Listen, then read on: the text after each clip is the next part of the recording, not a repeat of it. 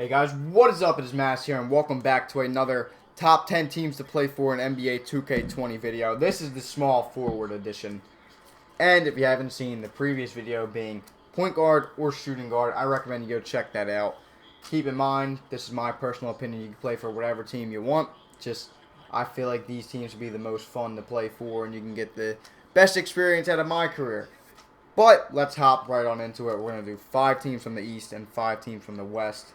I think this video we're going to start out with the number 5 spot in the Eastern Conference being the Chicago Bulls. A nice young team. I always say this, that a team's going to be fun to play for, or they're a nice young team. But Chicago, they drafted Kobe White out of North Carolina as their point guard. He's going to be a nice point guard for the future. Zach LaVine, your shooting guard. Small forward, you got to beat out Denzel Valentine and Otto Porter. Shouldn't be too hard at all. I personally don't think. Power forward, Lauri Markkanen. And then Jaren Jackson Jr. No, I'm sorry. He's on the Grizzlies. Wendell Carter is your starting center. So, Chicago, young team. Got a lot of potential. Soon enough, small forward is definitely needed there. Denzel Valentine or Otto Porter aren't really the answers there. But it's fine. You can change that in my career if you so choose to. Coming in at the number 4 spot, the new look Miami Heat.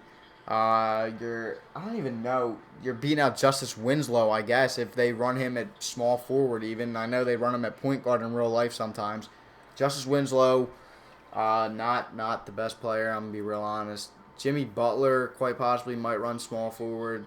I don't think so, though. He did for the Sixers when he played here last season, but that depends where they run him and stuff like that. I don't really know. Maybe Tyler Herro will run shooting guard, and then Jimmy will run small forward, and then you'll have to beat out Jimmy Butler, which could potentially be a problem. He might, get you traded. I'm kidding. Not taking shots at Jimmy.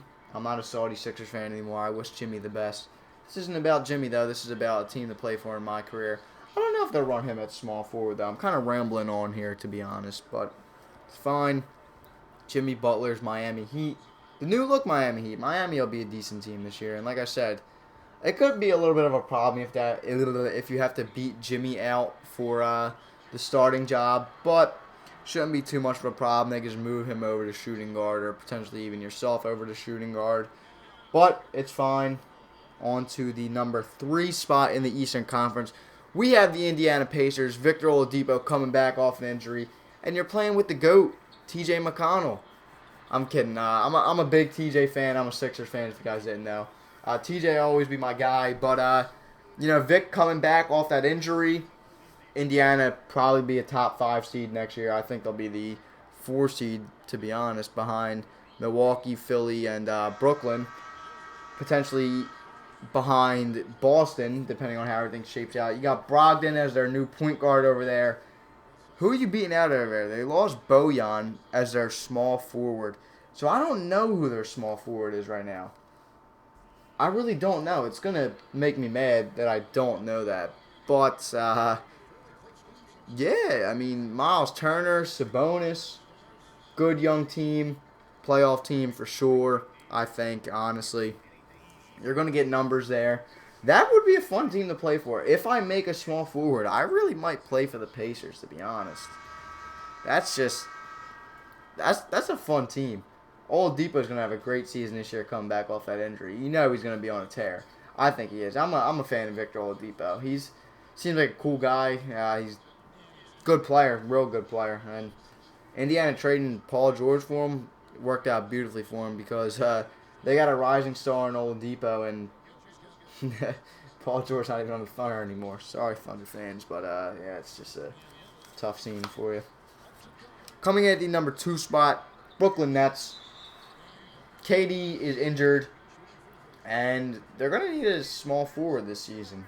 So, I don't know who their small forward is either. They lost Rondae Hollis-Jefferson to the Raptors. Maybe Joe Harris will run small forward, and they'll run Karis LeVert at the 2. I don't know. I don't know the rosters. I really don't. Oh, Benny's at the free throw line. Is he going to make it? Let's see. Oh, Ben made it. Anyway, You got Kyrie. He's going to be dishing some assists to you and stuff like that. Brooklyn, I talked about them a little bit in the last video. Yeah, I mean, KD's injured, so you'll most likely be the starter. Not that far into the season. Shouldn't be too hard. Coming in at the number 1 spot in the East is the Washington Wizards. They just drafted Ryu Hachimura. Forgive me if I'm pronouncing that wrong. So that's going to be a guy you'll have to beat out. But you're playing with John Wall, Bradley Beal. It's kind of it, to be honest. I put Washington number 1 at the list because I feel like Washington's big needs have always been something like a decent center or a decent power forward, or even at this point a small forward, another threat for the team behind John Wall and Bradley Beal. They're going to need a third scoring option. I'm not saying you would be the third scoring option on the team, but you get what I'm saying. They need another threat. They need that, 3-man trio that someone can draw attention away from John Wall or Bradley Beal, and there's another scorer on the team. You know what I mean? So coming in at the number 5 spot in the West, you got the Utah Jazz. Now, you're going to be beating out guys like Bojan and Joe Ingles, who are some shooters. But a good small forward for the Jazz. The Jazz will be a good team this year. But I feel like if they had a real good small forward, kind of like I was just talking about with the Wizards, they would be an even scarier team. Guys like Mike Conley and Spadad Mitchell. That's just a joke.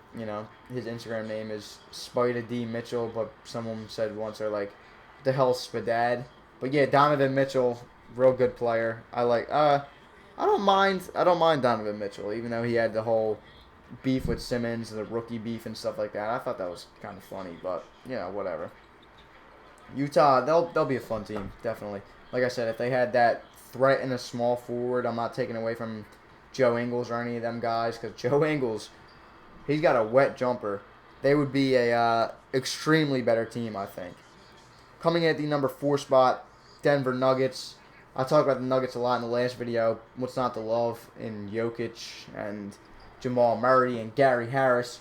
You're going to be beating out like Will Barton and stuff like that. Monte Morris, I think, is on the team still.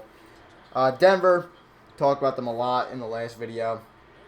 Playoff team for sure.